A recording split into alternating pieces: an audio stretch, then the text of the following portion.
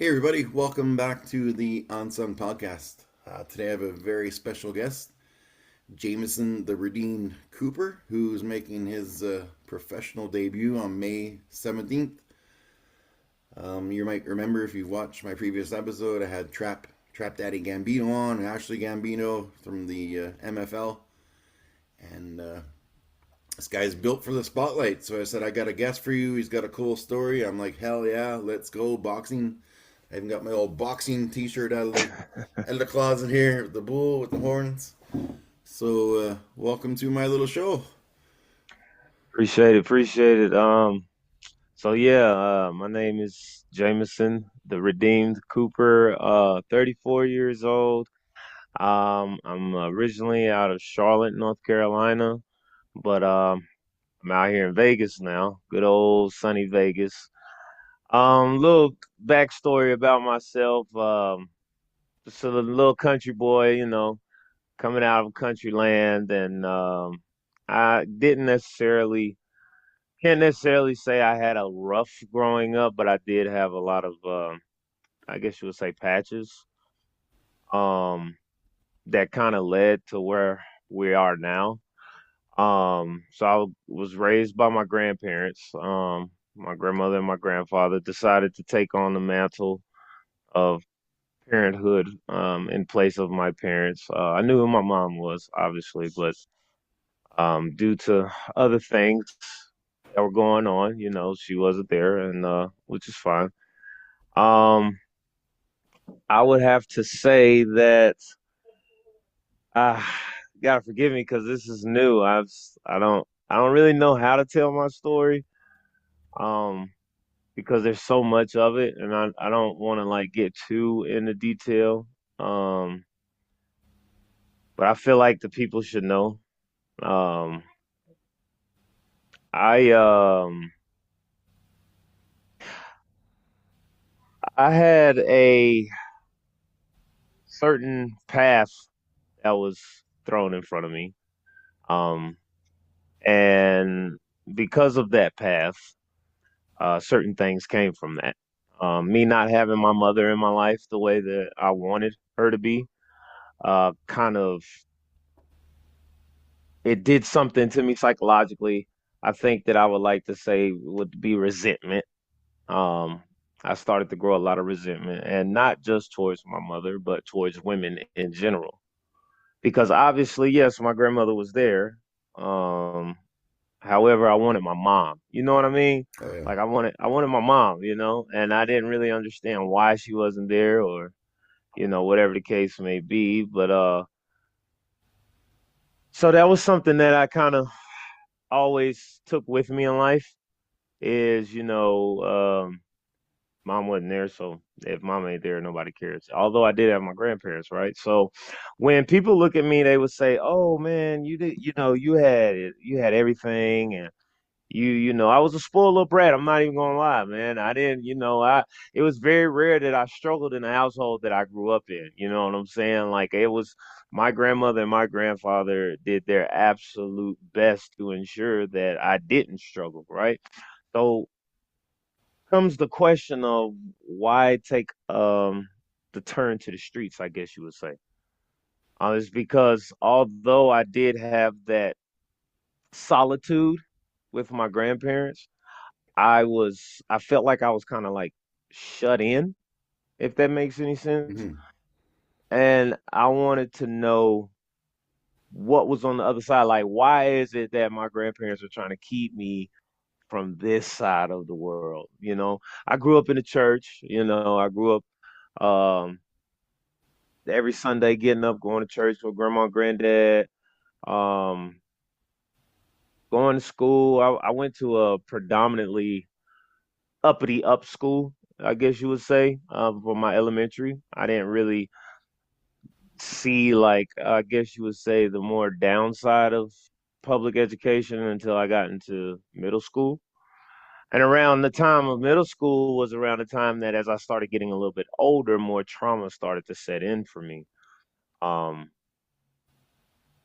there was a point in my life, I was about 12 years old, and I was physically abused by the man that my mother was with at the time, and he put me in the hospital. And if I'm being honest, Dave, I think it was that moment that kind of like started to shift me subconsciously and consciously. Because it was that moment where I said nobody else would ever put their hands on me again. Like that was like, no, we're not doing this. And that wasn't the only time that happened. So we got about a 5 year time period where the abuse was happening. Mm. And I didn't say anything to anybody about it. Like my mother knew what was going on, but I didn't say anything to anybody about it because obviously I didn't really know how to talk that. I don't know how to tell somebody that this is going on without there being repercussions of something else. You understand what I'm saying? Yeah, for sure. So had that going on top of, not having um my mom being there the way that I want her to be there, in and out of trouble, getting bullied at school, because believe it or contrary to popular belief, I may be 6'6" now, but I wasn't always 6'6". I was a scrawny little kid who wore glasses that got picked on in school. And I wasn't a fighter, man. Fighting wasn't my thing. I would literally sit there and let you poke me and poke me and poke me and poke me and poke me and poke me, and I wouldn't do nothing about it except go home and cry about it. Like Mm. I literally would go home and cry about it. And it wasn't until I'm sorry, I gotta tell the story. It's funny, but it wasn't until I was riding on the school bus and the football player. It was a couple of football players, but it was in particularly the quarterback of the football team sitting behind me, and I had a bottle of water in my hand. All right, and the bus is driving. The bus goes over a little hump, and I just accidentally tossed the water on the guy because he was like, but sitting behind me, just "Nyeh, nyeh, nyeh, nyeh, nyeh, nyeh, nyeh, nyeh, nyeh, nyeh, nyeh." And everybody on the bus is like, "Who you gonna let Jameson do you like that?" Da da da da da. And I kind of like instinctively knew something was about to happen. I didn't want to fight, but I did want to fight because that particular day I was having a really, really bad day anyway. So long story short, water tossed on him. He gets up, yada yada yada. Next thing you know, we get to fighting. That was the first time I ever fought, like actually stood up for myself to fight. Mm-hmm. Fast forward to this adult who was putting their hands on me. That's different than fighting someone around my age bracket. You know what I mean? So it was in that moment that I said, I'm never going to let nobody else put their hands on me again, which I didn't. I did not let anybody else touch me after that. Because after that, what I did was I joined the military. And I didn't serve very long. I didn't go overseas. It was nothing like that. But I did learn how to properly defend myself Mm. and how to basically, like, I guess in layman terms, I learned how to not be a punk anymore, you know? Um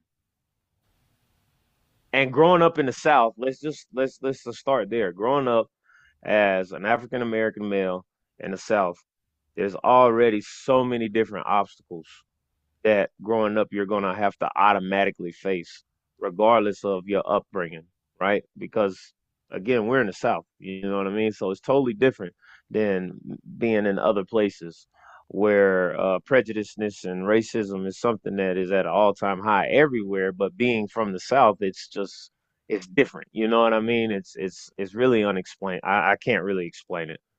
Um but so yeah, so I joined the military, and I get all this training, like I'm getting trained to be a badass. I was a 21 Bravo, so at the time it was 21 Bravo, but it's 12 Bravo now. I was a combat engineer. So in my mind, it's like, yeah, I'm getting trained to be a badass, and I was 16 years old when I enlisted. Did my basic training, got to my duty station. Life is good. Lo and behold, military does not work out for me. All right, so it's on to the next venture, right? Because I started to realize that I was a rebel. I just didn't realize I was a rebel with a cause, Mm. right?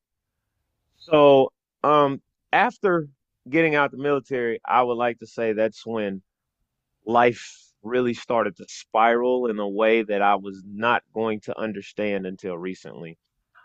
drugs were introduced.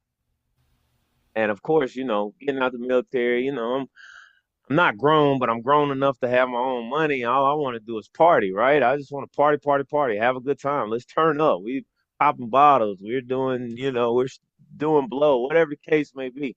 We're having a good time. In my mind, it was a good time. Not realizing that it was the start of my own self-destruction, right? And if I'm being honest, there is a good little bit of my life where my mind goes completely blank Mm-hmm.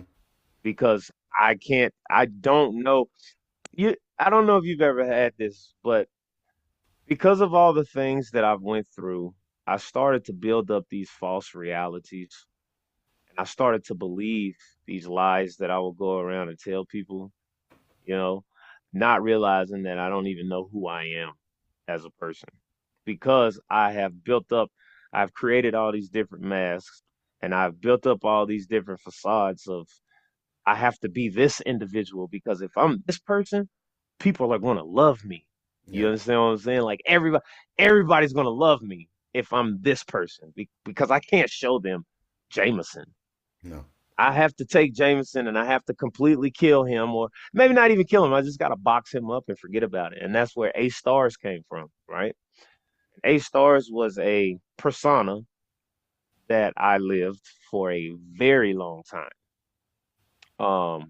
A Stars was happy was healthy for me though, in my mind. A Stars was healthy, you know. A Stars was the fun guy, the guy everybody wants to be around, but also the guy that everybody fears because in reality, it may not look like it, but if you do something to me, I'm gonna do something to hurt you 10 times worse than what you ever did to me. Um, all the while keeping you around selfishly.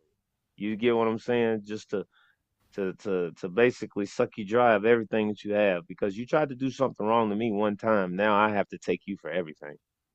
See, it's so similar, and I get that so much because for about 25 years, I was the same way. Like, I used to get drunk, blackout drunk. So I don't remember about, honestly, 15 years of my life because I was drunk 5 nights a week. I was the party guy at karaoke. And for some reason, I can sound like Shaggy, like Mr. Boombastic, right? I'm just a big white Irish guy that can sound like Shaggy. Right, So all my friends would be like, "Man, get up and do the Shaggy stuff," and I'd be so drunk and I didn't remember, but I was like dying inside and nobody knew it. But for me, I had to be that party guy. And a little funny story about that was that one of my best friends was from Kingston, Jamaica, and he was getting married. And he's like, "Dave, you got to come to me wedding and do the Shaggy voice for me family." Right, so I go in this wedding. It's me and my girlfriend at the time, the only two white people out of 280 Jamaicans. And he comes up to me, he's like, "Dave, it's time, it's time." So I'm like 13 Heinekens in because it's an open bar.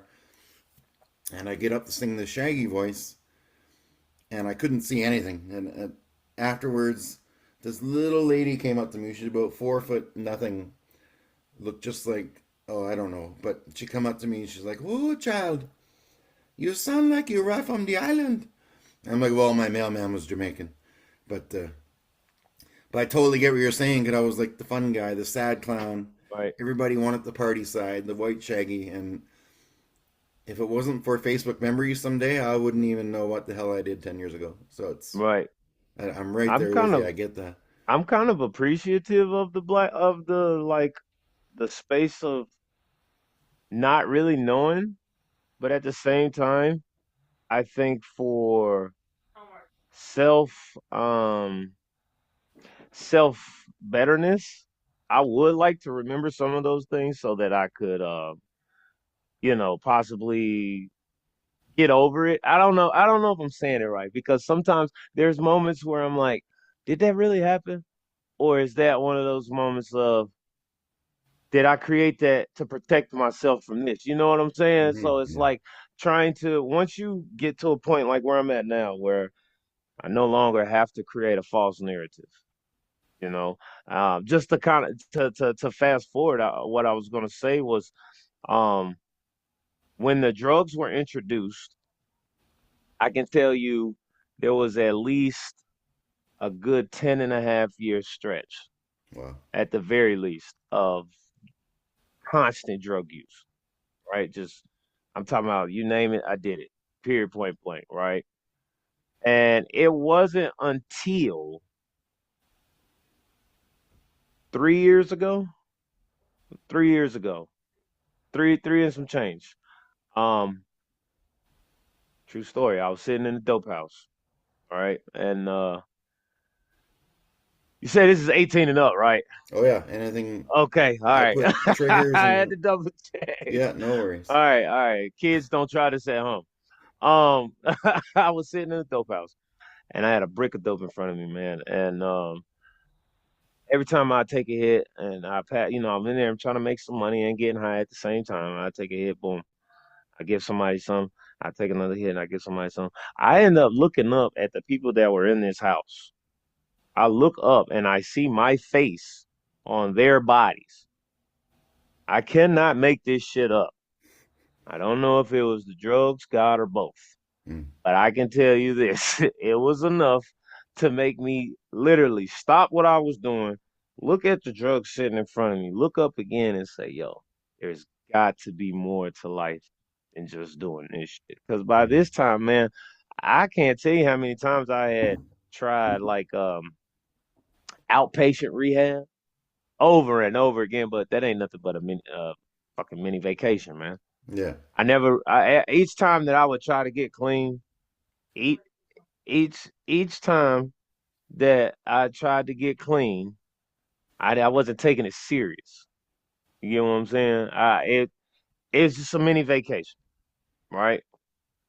Um, it wasn't until that moment when that happened, excuse me, that I said, okay, there's got to be more to life. I don't want to live like this. I don't like the way I look, and if that's the way I look, and I'm seeing that on other individuals, but I'm seeing my face, what I'm seeing is far worse than death, right? Um, So I left all drugs, everything on the table. I got up, got on the city bus, went back to my grandparents' house, sat on the edge of the bed, pulled out my phone, text my grandmother, like 2, 3 page essay. Oh shit, she already knew. Her and my grandfather, they already knew what was going on. Next morning, grandma gets up, she comes in the room, she wakes me up, she says, "So what you gonna do about it?" I'm like, "What do you mean? What I'm gonna do about it?" Cause mind you, I'm in my 30s and I'm living with my grandparents. Like, like you know what I'm saying? Let's be real. I've been in and out of their house since I was what 2 weeks old. I've been with them since I was 2 weeks old, man. So it's time to grow up, right? I done did all this and been here, been that. It's time to grow up, right? I look at my grandmother and she's like, "What are you gonna do about it?" I'm like, "I want to get some help." She's like, "Okay, but what are you going to do about it?" I'm like, okay. So I grabbed the laptop and I start Googling. I'm like, I'm looking up all different types of rehab facilities, what rehab facilities accept what insurance, what money, obviously looking at the finances of everything, how much this is gonna cost. Now, lo and behold, I was already being pre-programmed to come to Las Vegas because leading a week prior to all of this, leading up to this moment happening, I had been seeing little subliminals about Las Vegas everywhere, hearing it on the radio, seeing something on TV. You know what I'm saying? Like just little bits of programming have been going on, and I didn't even realize it. So when I came across Addiction Centers of America, they had a few places spread out across the United States, and lo and behold, they had a place in Vegas. So this is where things get a little weird, right? Because who in the hell's gonna come to Las Vegas to get sober? That just doesn't even who does that? Like who in their right sober mind who would come to Las Vegas to get sober, right? Well, this guy did it, right? So I told my grandma, I said, I think I'm gonna try this place. And we call start talking to people. We're getting information, everything that we need. And it's like I think this was on a Tuesday, Monday or a Tuesday. By that Friday, I was on a Greyhound on my way to Las Vegas, Nevada, Hmm. right? Didn't know what the hell I had just got myself into. The funny part about it is I'm getting high all the way to Las Vegas because I'm like, I can't believe I'm actually doing this, right? And grandma and granddad's not like right next to me to bail me out of this. You get what I'm saying? So I get to Las Vegas, and the first thing I say to myself is, I'm in Sin City, right? Ain't no, you know what I'm gonna do? I'm gonna go to this place for like a week or two. Maybe I give it a month. I'm gonna take a little break, and then I'm gonna go out here and I'm gonna get some white girl and some white girls. that was this. That is what my agenda was, right? I'm gonna just go out here. I'm gonna go get clean for Let me give me a smooth 30 days to get it together, and then after that, we're gonna party it up. I will say this: God had different plans for me because I got in there, and for I struggled for about a good month and a half, 2 months, well, about a month and a half. I struggled with the rules because remember at the beginning of this, I told you I'm a rebel and I don't do well with following the rules. I don't like rules. So anyway, and a prime example is they tell you in rehab, don't get into a rehab romance. This is what they tell you. And lo and behold, I end up getting engaged Oh to no. my rehab romance. But here's the thing, because I am a rebel, at the time, remember when I said I was a rebel, didn't know my cause? I'm starting to realize now all I had to do is shut up and pay attention Hmm. just for a second, right? Because in life, we tend to like soak up everything, including unnecessary bullshit information, right? And what I learned from actually going through the whole entire process of rehab is that regardless of how redundant it is, there are two things in this whole entire process that works. That is the 12 steps and having an understanding of who your God, of your higher power, or your spiritual being, whatever the case, whatever you want to call them, right? And that's what I had to get back to the roots of what I was taught, right? And to understand that what I have going on is 10 times bigger than me, and I need to stop trying to be in control. And I'm not going to lie. Yeah, I am now 3 years and some change in on sobriety, but I'm still fighting on not having control, Hmm. right? Because I'm a control freak, and I didn't realize that until I got with my rehab romance. You know what I'm saying? Straight up. I love her to death because what happened is they told me you shouldn't do that because it's not going to work. And I've been told my whole entire life, don't do this, don't do that, or you're not going to be able to do that successfully, or this is not going to work out for you. So, no, you're not going to tell me what I can't do and that it's not going to work because I'm going to prove you wrong. Sorry, not sorry, right? So, what I realized was let me take from this what I need, and everything else I will evenly disperse of it, the way that it should be.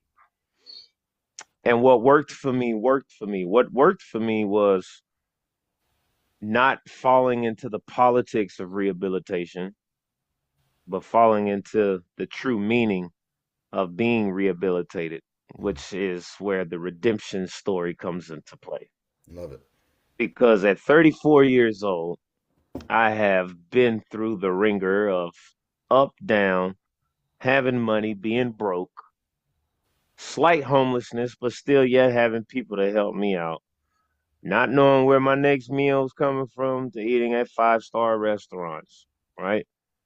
Um, to realizing that as fast as you can get it, God will strip everything away from you, or it can be stripped from you instantaneously. Mm. I am still yet learning humility, but I had to learn more humility in order to get to the point of where I'm at. Because for the viewers and the people that will be watching this, don't think that it was easy, because it wasn't.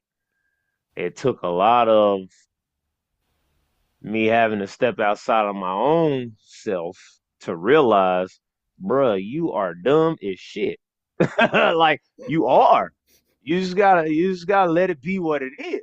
Because if you, it's not. I take that back. You're not dumb. You just do dumb shit. And that was me. It's like I had to tell myself, bro, you're not dumb. You're just doing dumb shit. Like, look at how much life has gotten better since being sober. Mm. You understand what I'm saying? Like, no, I'm not rich. I'm not driving around in a Bentley. I, I don't have $1 million in my bank account, but what I do have is self-sustainability. What I do have are morals and values. What I do have is the fight and the will to want to do better, not just for myself, but for my family, which is something that I didn't have before. I literally lost all will to want to give a shit anymore. Like my fucking switch came on and it never went off. Mm. You understand what I'm saying? Oh Like yeah. I just was like, bro, I don't care about nothing. I don't care about anything. And especially when I found out that my grandfather had been diagnosed with Alzheimer's dementia. Oh. I think that was a moment where I had to choose, right? Whether or not, because this is my Superman growing up. My grandfather was always my Superman, right? So I had to realize, damn, grandma and granddad are not always going to be here to bail me out of every single situation. And I would love for them to be, no matter, I'm not putting them in a grave, but they're in the latter years of their living. And I don't want their latter years of living, they're remembering me as me being out here strung out on drugs. No, I don't want that. I don't want my kids to see me out here, just doped up. And when people say, "Oh, what about your dad?" It's like, "Oh, yeah, yeah, yeah." I don't want that. Yeah. I don't want that for my kids or my legacy. So went through the program, successfully graduated, and have successfully maintained a relationship with the same woman that I met, who just so happened to be from the same place that I'm from, which is Charlotte, North Carolina. Yeah. How cliche is that? So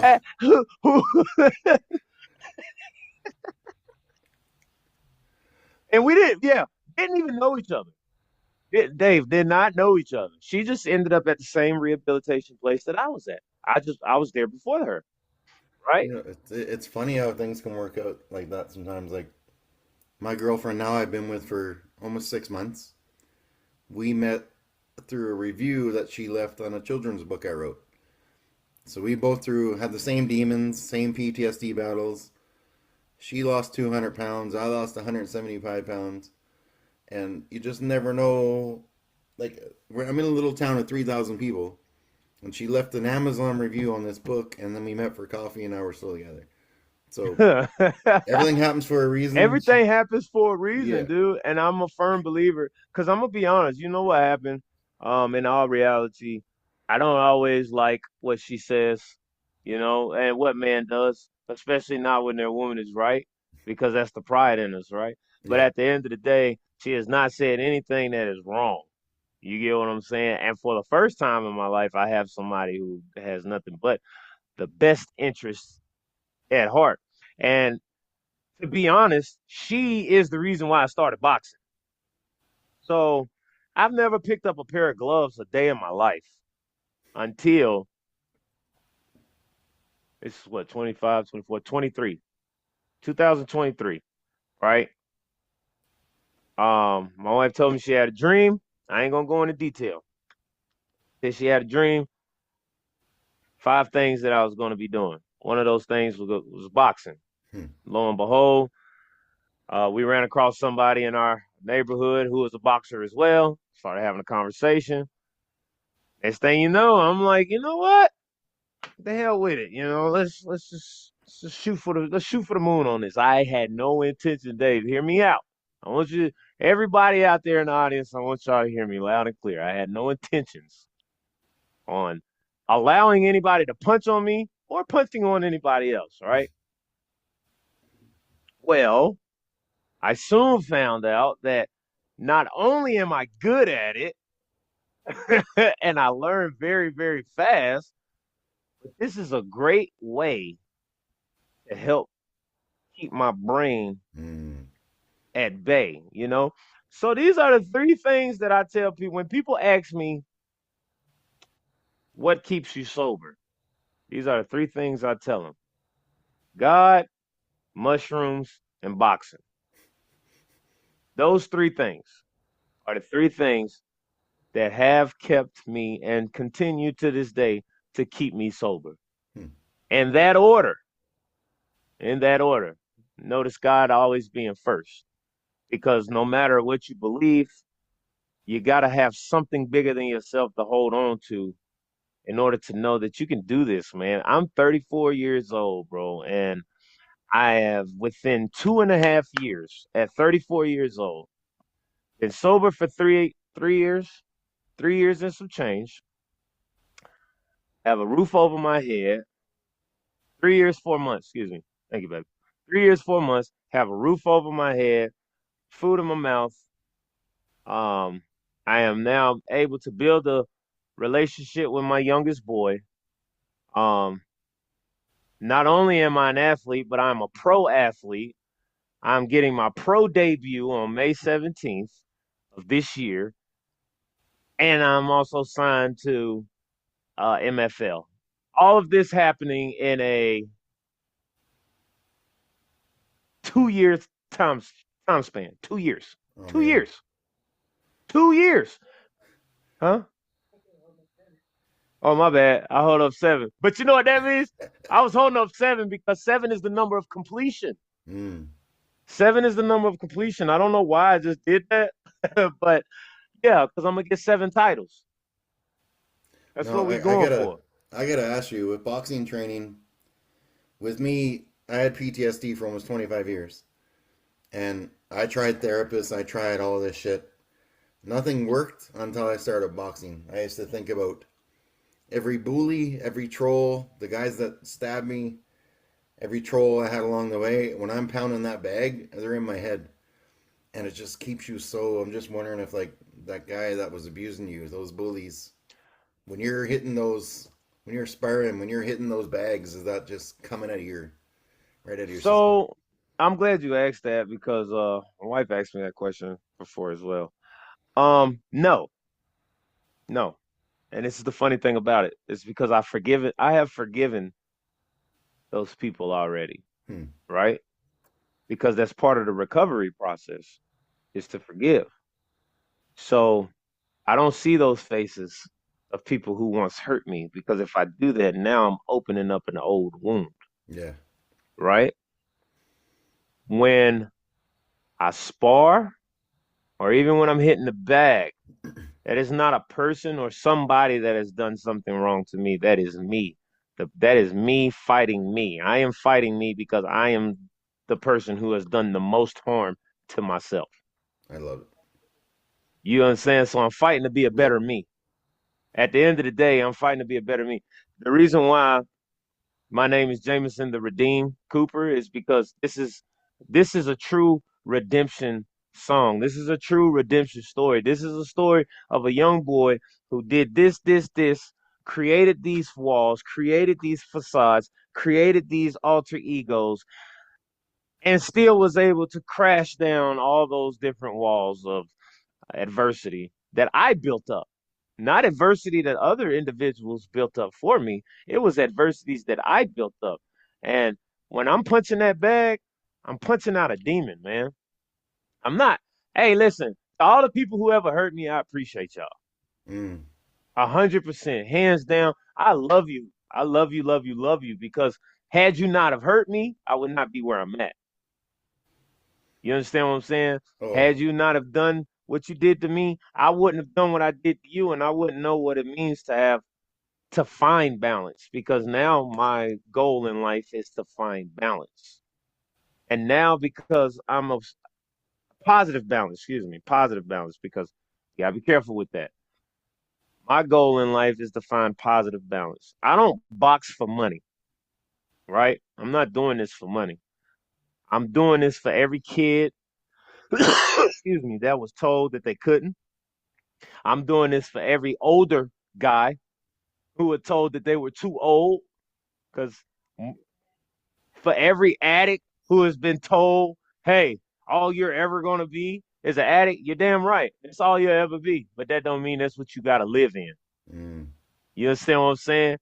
Because when people look at me and say, bro, that's all you'll ever be is an addict, I'm like, you damn right. But look at my life now.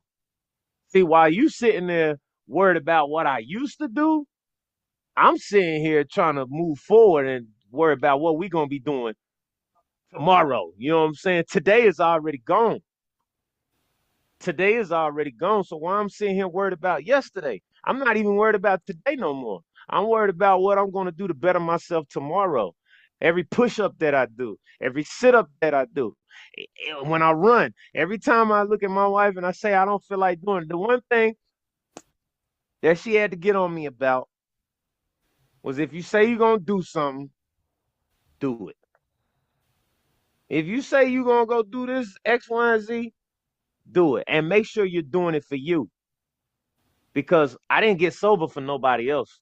I got sober for me. I got clean for me. I didn't mm, get sober because somebody told me to do it. I would have never stayed that way.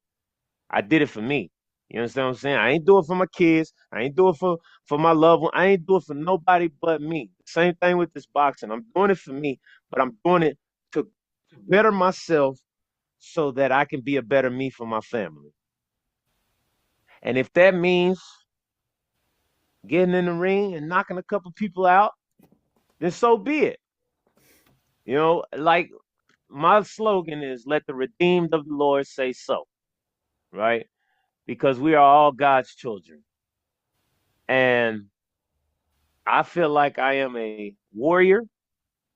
I feel like I'm a soldier. And I feel like my duty is to spread the message of God, not religion, but to spread the message of God and how redemption comes in all different ways, shapes, or forms. And no matter what it is that you've been through in life, bullshit to the people who say that you can't, because mm-hmm. I am a walking testimony of that you can. And you're going to see even more of that once you guys buy pay-per-view tickets to my fight. Mm-hmm. We're gonna have all those links in your description, man. I had Trap Daddy on here. I was one of the first podcasts he did. Back that dude 100%. I like what he's doing. I loved his Dr. Phil story. But what's your walkout music, man? You got that picked yet? Like Man, what's your song? I don't know, man. I'm kind of debating on pure silence for the intimidation, um, or just something like really earthly. I mean, contrary to popular belief, man, I am all about like vibrations and frequencies and stuff like that. So like I'm going to be very very particular with what I walk out to. If I walk out to anything, because this is my first fight, and I was also thinking, I'm like, you know what? What's sometimes the best way to get under your opponent's skin? Say nothing at all. Mm, You show no sign of emotion, and you just go out there and you just whoop ass. I love it. You just because honestly, when you see, I'm gonna be honest, when I walk out in what I'm gonna be wearing, it's gonna be enough said right there. And it's gonna be enough said, man. Like the redeemed. All right, it's the redeemed and the redemption squad. You know, there's nothing else to be said. It's like and that's not even me being cocky. That's just being the truth. when you think about the word redemption, what else do you say? But okay, you know, I love it, I've man. said all that needs to be said. You know, people want to know my story, and I don't have a problem telling my story. I rather show it, Mm, and I rather show it through art. And I I love think it, that man. Yeah. boxing is like one of the most purest forms of art that we still have.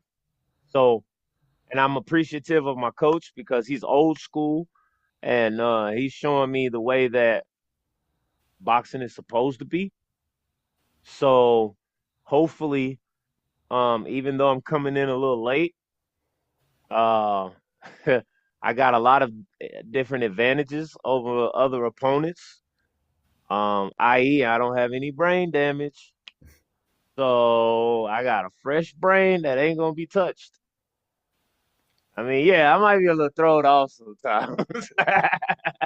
But no, in all honesty, I mean, I feel like it's not a cheat code, but it's the truth. You know, I'm coming in at a later time, but a perfect time for myself because I'm like I said, at 34, I've never been in, done this before, and a lot of cats been doing this since they were younger. And shouts out to guys who've been doing this since they were young, but I feel like I'm coming in at the perfect time. I feel like I'm coming in at my prime, you know. I'm coming in at my prime, fresh brain, fresh hands, fresh energy, fresh life. Because to be redeemed means to be reborn, to be reborn. So each fight, you guys are going to see a different layer of Jamison being peeled. And the more layers that appear, the more layers that are peeled, the more transparency there is, and the more that I can learn more about who I am while doing it with the people that support me and the journey that I'm on, you know? I love it. I love it. Well, what a story, man. That's inspirational. I can relate to a lot of what you said. I've been through a lot of the same things. I didn't start boxing until I was 44. I don't have any professional fights left in me, but I did have the one good sparring session where I took one good punch, and that was the only punch I took, and then the rest were thrown. So Hey, you never know though, man. You might got you one good professional bout in you, bro. you never know. Again, you never know until you know. If you know, then you know, but you never know until you know. So I've got one more question for you. We'll Okay. put all your links in there for the MFL, your Instagram, whatever you want me to throw in there. But I do ask one silly question at the end of every episode, and Okay. I throw this one out here. So 100-meter pigeon carrying contest. How many live pigeons do you think you could carry 100 meters and have in your arms at the end of the race? 100-meter live pigeon carrying contest. How many live pigeons can I carry? I'm gonna be honest with you. Not a fucking one. No, No, not one. You wanna know why? I live in Las Vegas where I have been mentally scorned of pigeons. really. The pigeons out here in Vegas are scary. You know, They- I've done almost 40 episodes, and you're the second person that said that. So you're not alone. You're not alone. okay, there's one other person out there in the world that ain't carrying no damn pigeons. Okay, I'm not alone. Yeah, bro, No, these you're definitely pigeons, not let me alone. tell you. Have you ever been to Vegas? No, not yet. All right, so if you ever come to Vegas, on one side of town, you have the junkie pigeons. All right, these are the pigeons that got one toe, one leg, half a wing. They all ruffled up and they just look dirty and disgusting. And then you go 25 minutes up the road, and all the pigeons look like they got 800 credit scores. Now, if we're talking about those pigeons, I'll carry those pigeons. Yeah. I'll carry those. Well, that's amazing. I've never heard that answer yet. Oh God, that's funny, man. I do appreciate you having me, man, and I look forward to doing this again, man. Yeah, let's do an update episode after a few fights, and we'll follow you along. And anyone wants to follow along with Jameson's career, I'll put your Instagram in there. The Yeah, MFL. We'll get this out to as many people as we can. Just to let anybody know, I'm also right now openly looking for sponsorship. Nothing really in particular that I would like want to open to anything. Open to having conversations. For sure. So Dave will post all my info in the comments below, and make sure you guys like, comment, and subscribe. And make sure you follow Dave Murphy from the Notorious Unsung Podcast, man. 1000. May 17th. May 17th. The Redeem. This redemption time, baby. Awesome. I love it.